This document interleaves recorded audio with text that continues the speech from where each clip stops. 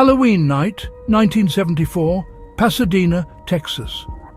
8-year-old Timothy O'Bryan was still in costume when he tore open the bright orange Pixy Stix. Sugar spilled across his small fingers. He smiled. He tasted it. Seconds later, he was screaming. His body seized. His eyes rolled back. By the time his father, Ronald, called for help, the boy was already gone. But what the world didn't know, what police would uncover just hours later, was that the monster who killed him didn't wear a mask that night. He was his father.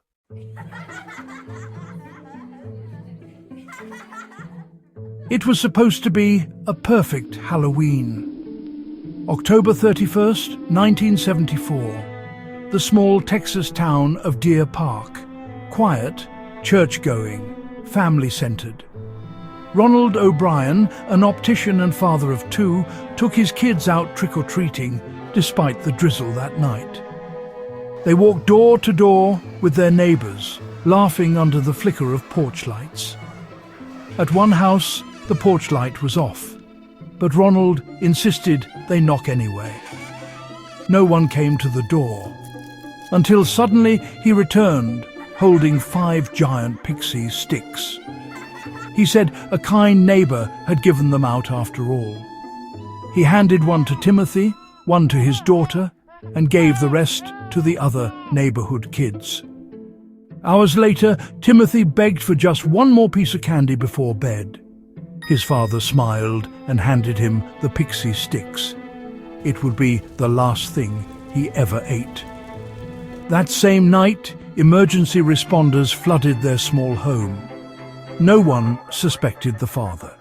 Not yet.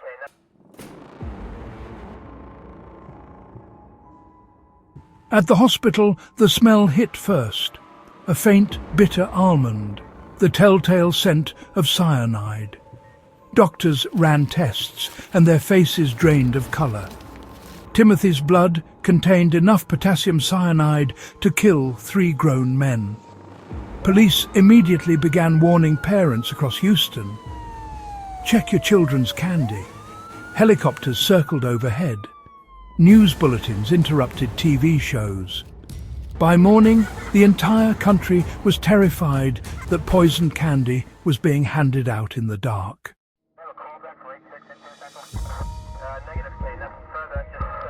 Detectives combed the neighborhood house by house. No one had handed out Pixy Stix. No one except Ronald O'Bryan. Yet Ronald insisted he'd gotten them from a man with a hairy arm. When police pressed him, his story changed, again and again.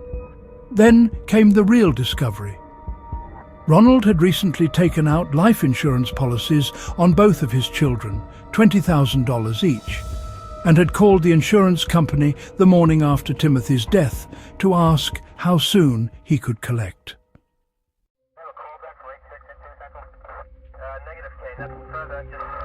When police searched his home, they found scissors coated in candy residue, empty cyanide canisters hidden in the garage, and Ronald's fingerprints on the very Pixy Stix that killed his son. The truth shattered the community. He wasn't a random madman. He was a father who killed his own child for money. In court, they called him the Candy Man, but the media gave him a darker name, the Halloween Butcher.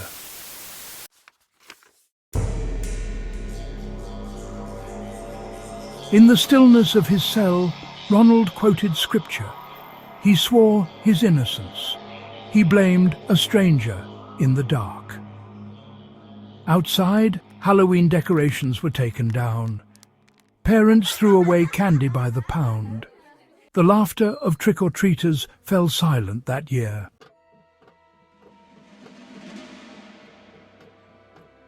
On June 25, 1984, Ronald O'Bryan was led into the execution chamber at Huntsville Prison. Reporters described him as calm, even smiling. When asked for final words, he said, "I forgive those who have taken part in any wrong toward me. But behind the glass, hundreds of people gathered outside, chanting trick or treat. Some threw candy at the prison gates as the poison entered his veins.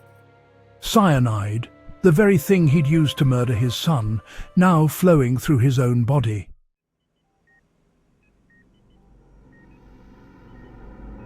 His death marked the end of a decade-long fear, but the legend had already escaped. From that night on, no parent ever looked at Halloween candy the same way. What began as one man's greed had become America's paranoia. Urban legends spread, razor blades in apples, poisoned chocolate, tainted gummies. But only one case was ever proven true: the real Halloween Butcher of Texas.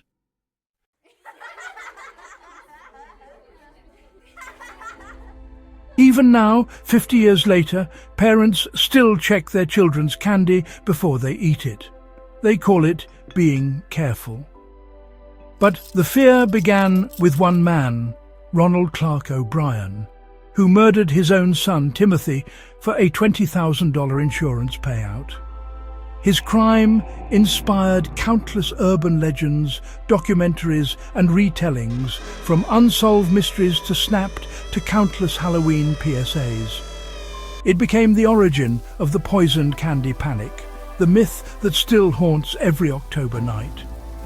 Some say the O'Bryan home still stands in Deer Park, quiet and unassuming. Neighbors say you can hear faint footsteps on Halloween night, and the rustle of a candy wrapper when the wind is still. Others say Ronald's ghost lingers at the edge of suburban streets, offering sweets to children who stray too far from their parents. They think he's just another friendly neighbor, until they see the Pixy Stix.